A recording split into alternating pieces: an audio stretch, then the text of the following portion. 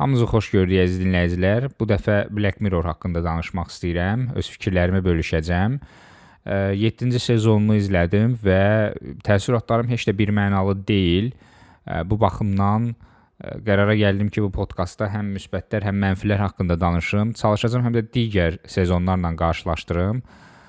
Lakin ümumi belə götürəndə Black Mirror'un əslində bütün sezonlarında belə hallar olur. Bəzi seriyalar yaxşı olur, bəziləri o qədər də o effekti vermir. Məsələn, birinci seriya Common People adlanır və sağlamlığında problem olan bir insanın çox sürətlə böyüyən bir biznesin necə qurbanına çevrilməsi təsvir olunur və müasir günümüzdə hər nə qədər hələ ki, ən azından belə deyək, qeyri-real görünsə belə, yaxın gələcəkdə çox böyük ehtimalla oxşar hadisələrin olacağını görürük. Yəni burada beyin əməliyyatı keçirən bir insanın beyninə əlavə nəsə quraşdırılır və o özəl şirkətin, bir kommersiya şirkətinin xidməti olduğuna görə həmin o əlavə quraşdırmanın nəticəsində həmin şəxsə müəyyən xidmət paketləri satılır. Eynilə bugünkü günümüzdə, məsələn, yəni Netflix olsun, ya digər oxşar streaming platformaları olsun, həmin yerlərdə də biz müəyyən paketlər görürük, düzdürmü? Yəni ən sadə paket görürük, daha sonra bir qədər daha yaxşı bir paket görürük, daha premium, daha lüks və s. və hər dəfə qiymət artdıqca müəyyən imtiyazlar da artır. Bax, bu seriyada da bu yaxşı təsvir olunub ki, insanlar ola bilər ki, maddi cəhətdən əziyyət çəksinlər və həmin əziyyəti daha sonra kompensasiya etmək üçün deyək ki, dövlət yox, özəl müəssisələr və yaxud da şirkətlər və yaxud da belə deyək də kommersiya subyektləri gəlib həmin insanlara sanki dırnaqarası kömək edirlər, amma bu köməyin nəticəsində müəyyən fəsadlara da yol açırlar. Həmin şəxsin belə deyək həyatı alt-üst ola bilər. Çünki şirkətin məqsədi mənfəətini artırmaqdır. Mənfəəti artırmaq üçünsə həmin şirkət hər dəfə müəyyən şeylər fikirləşəcək və həmin insanın müstəqilliyini əlindən alacaq. Bu çox maraqlı bir haldır. 20-ci əsrin əvvəlində Thorstein Veblen bu haqqda danışırdı. O çox məşhur institusional iqtisadçı olub və o deyirdi ki, neoklassik iqtisadiyyatın bəzi prinsipləri o qədər də doğru deyil və həmin prinsiplərdən də biri odur ki, hər bir istehlakçı müstəqildir. Yəni özü qərar verir. Amma günümüzün dünyasında biz çox möhtəşəm inkişaf etmiş reklam sahəsinin və ya sənayesinin, eləcə də rəqəmsal marketinqin sayəsində görürük ki, insanlar heç də özləri müstəqil qərar vermirlər. Onlar müəyyən məlumatları əldə edəndən sonra, onlar müəyyən şeyləri görəndən sonra, təsirlənəndən sonra qərarlar verirlər. Bax, bu seriyada sezonun ilk belə deyək də seriyasında bax bu mövzular var. Yəni bir cütlükdür, kifayət qədər yaşları çoxdur. Mike və Amanda adları Mike və Amandadır. Və bu insanlar mən deyərdim ki, müasir artıq öz pik həddini yaşayan və hətta belə deyək də özünü texnokapitalizmə təslim edən kapitalizmin tipik fərdləridir. Və onların başına gələn hadisələr də gələcəkdə çox adi bir şeyə çevriləcək. Mike'ın özü də həmin məsələlərdən əziyyət çəkir. Pul qazanmaqdan ötəri müəyyən bir streaming platformasında qeyri-adi, bəzən də iyrənc hərəkətlər etməli olur. Və bugün bu baş verir. Məsələn, TikTok platformasında bir çox dırnaqarası yenə də mən deyərdim ki, influencerlər və yaxud da müəyyən bir tanınmışlığı olan insanlar dalaşırlar, bir-birini söyürlər. Bax, həmin proseslər eyni formada gedir artıq. Amma Amandanın timsalında baş verən daha belə inkişaf etmiş bir müdaxilə kommersiya şirkətləri tərəfindən insanların şəxsi həyatına bu hələ baş vermir tam olaraq. Amma böyük ehtimal ki, gələcəkdə bu da baş verəcək. Çünki bu seriyanı çəkən insanlar onlar çox yaxşı təsəvvür edə bilirlər bu prosesi və bu proses əgər yaxşı təsəvvür oluna bilirsə, böyük ehtimal ki, gələcəkdə doğrula bilər. Sezonun ikinci deməli seriyası Bit Noir adlanır. Bu bir qədər nağıl kimi gəldi mənə. Burada reallığı yenidən yaza bilən bir şəxsin digər insanlardan necə qisas aldığını görə bilirik və bu daha çox qisas motivləri üzərində qurulmuş bir bölümdür. Yenə deyirəm, burada biz heç bir izah görmürük ki, söhbət nədən gedir. Yəni bu texnologiya, reallığın yenidən yazılması, xüsusi kvant texnologiyası və xüsusi proqramlaşdırma, xüsusi hansısa bir başqa bir şey. Bunlar ən sonda bir neçə dəqiqə ərzində sanki qısaca təsvir olunur. Ondan qabaq biz çox böyük müəmma və çox böyük bir mistika ilə qarşı-qarşıyayıq. Açığı Black Mirror-un ruhuna tam olaraq düzgün gələn bir seriya deyil. Düzdür, maraqlıdır, yaxşı qəbul edilə bilər bir çoxları tərəfindən. Amma açığın mən həmin bölümü izləyərkən bir 80-90% düşündüm ki, bu sadəcə nağıldır. Amma birinci seriyada bu real baş vermə imkanı olan bir inkişaf trayektoriyasının üzərində qurulmuş bir təhkiyədir. Daha sonra üçüncüsünə gəlsək, Hotel Reveri. Bax bu Hotel Reveri çox yaxşı hesab edilə biləcək bir bölümdür və yaxud da seriyadır. Çünki burada da artıq söhbət heç bir nağıldan və mistikadan getmir. Texnologiyanın film, kinematografiya sənayesini necə dəyişdirdiyini görürük, düzdürmü? Süni intellekt vasitəsilə, xüsusi alqoritmlər vasitəsilə və s. Biz necə kino sənayesinin, kinematografiyanın fərqli məcrada inkişaf edə biləcəyini sanki kənardan görürük. Yəni real aktyorlar köhnə, dünyasını dəyişmiş digər aktyorları köhnə filmlərdəcə necə əvəz edib yenidən və ya ona oxşar formada filmi çəkə biləcəklərini və ya təşkil edə biləcəklərini görürük. Çox yaxşıdır, çox maraqlıdır. Black Mirror-un ruhuna əsl uyğun seriyalardan biri idi, amma tam mükəmməl və ideal da deyil. Çünki mahiyyət etibarilə buna oxşar mövzular əvvəllər də olub.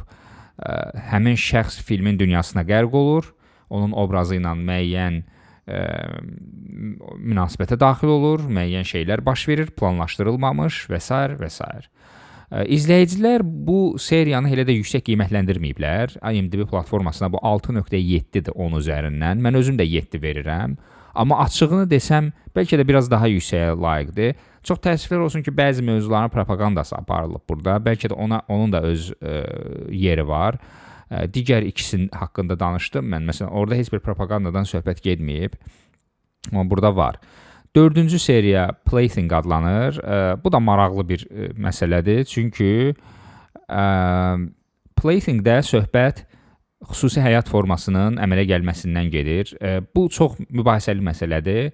Çünki həmin bölümdə belə bir iddia səsləndirilir ki, xüsusi rəqəmsal həyat sanki formalaşıb. Bunu formalaşdıran müəyyən bir kodlayıcı var, müəyyən bir kompüter mühəndisi var və onu əldə edən başqa bir şəxs var. Həmin şəxs onların təsir dairəsinə düşür, onlara xidmət eləyir, uzun illərini verir və sonda da belə məlum olur ki, həmin o həyat forması insanların qurub quraşdırdığı ictimai intizama müdaxilə etməli olur ki, öz varlıqlarını davam edə bilsinlər. Bu kifayət qədər məntiqlidir. Yəni bir həyat forması digər həyat forması ilə sanki müəyyən bir münaqişədədir və bu münaqişənin də nəticəsində biri qalib olmalıdır. Bunlar anlaşılan mövzulardır, məntiqlidir. Heç bir burada da məsələn digər qeyd elədiyim o ikinci Bitnoir seriyasındakı kimi nağılvari elementlər yoxdur. Xüsusi bəzi səhnələr kifayət qədər yaxşıdır. Amma bəli, burada da belə çatışmayan cəhətlər var. O mənada ki, yəni daha yaxşı bəlkə də çəkilə bilərdi. Dinamika yüksək olsa yaxşı olardı. Biraz həyəcan verici şeylər olsaydı yaxşı olardı. Eksentrik elementlər bir qədər azdır sanki, bilirsiniz. O baxımdan çox yüksək qiymətləndirmirəm, amma yaxşı hesab edirəm. Eulogy 5-ci seriya. Bu Eulogy daha çox dünyasını dəyişmiş insanlara olan xitabdır. Yəni həmin insanlar haqqında deyilən fikirlərdir ingilis dilində. Bəyəndiyim bir seriya olsa da, bəyəndiyim bir bölümə olsa da, deyərdim ki, həm də realistdir. Eyni formada biz görürük ki, texnologiyanın çox inkişaf etmiş bir vəziyyətdə bir insanın əslində heç vaxt fikir vermədiyi detalları yenidən kəşf etməsinə necə şərait yarana bilər. Bax bu məsələnin sanki biz izinə düşürük. Çünki ortada müəyyən bir şəxs var, artıq o yaşdaşıb. Onun adı deməli Philipdir. Philip Paul Giamatti'nin ifasındadır. Paul Giamatti'ni burada görmək çox yaxşı oldu, açığını deyim. Bu aktyoru mən çox bəyənirəm. Və Philip uzun illər öncə ayrıldığı bir xanımın dəfn mərasimində iştirak etmək üçün dəvət alır, lakin müəyyən bir fikir hazırlamalıdır ki, o səsləndirilsin və bu səsləndirmə müəyyən süni intellekt tərəfindən bələdçilik ediləcək də, yəni uzun sözün qısası və bu əsnada Philip əslində keçmişini yenidən kəşf eləyir. Niyə ayrılıb, günah kimdə olub, əslində həqiqət hardaymış, nələri gözdən qaçırıb. Mən ətraflı çox bu haqqda danışmaq istəmirəm, spoiler vermək istəmirəm, amma bu da çox realist bir məsələdir. Yəni süni intellektin detallara çox möhtəşəm fokuslanmaq bacarığı var. Bu gün biz ChatGPT-nin və yaxud da digərlərinin timsalında görə bilirik ki, insanlar üçün adətən çox çətin gələn, ilk baxışda görünməyən şeyləri onlar görə bilirlər. Və bu baxımdan da gələcəkdə mümkündür ki, çox məhdud informasiyadan və müəyyən xatirələrdən insanlar keçmişlərini sanki yenidən kəşf edə bilsinlər. Bax, bu çox bəyəndiyim bir məsələ oldu. Burada da bax bir qədər daha bəlkə maraqlı, daha belə gərgin bir bölüm görsəydik daha yaxşı olardı deyə düşünürəm. Sonuncu seriya isə USS Callister Info Infinite adlanır və heç bəyənmədiyim sonluq oldu 7-ci sezon üçün. İlk növbədə onu deyim ki, bu əvvəlki sezonların birində çəkilmiş və ya başlanılmış bir prosesin davamıdır. Və sözün düzü bunun belə olması bir qədər məndə məyusluq yaratdı. O baxımdan ki, bu 4-cü sezonun 1-ci seriyasında, yəni 2017-ci ildə baş verən bir hekayəni davam etdirir. Üstündən də bir xeyli keçib. Yaxşı olar ki, bəlkə də siz geri qayıdıb onu bir də izləyəsiniz. Əgər izləməyə imkanınız yoxdursa, düşünmürəm ki, bu böyük bir problem yarada bilər. Amma yenə də mövzudan xəbərdar olub yenidən onu davam etdirmək daha maraqlı. Bu çox maraqlı bir məsələdir. Mənə elə gəlir ki, Black Mirror-un idarə heyəti və yaxud da rejissorları 8 il məncə gözləyiblər ki, bu hissəni ora yerləşdirsinlər. Yəni bu da biraz məntiqsizdir. Çünki orada bəzi aktyorlar kifayət qədər dəyişiblər xarici görünüş baxımından bu gün. Amma biz sonuncusunu izləyəndə görürük ki, USS Callister'in yəni həmin aktyorlar 8 il bundan öncəki kimidirlər, düzdürmü? Daha cavan qalıblar. Bu biraz düzgün bir şey deyil məncə. Bu istiqamətdə izləyicilərin kaprizlərini nəzərə almaq lazımdır.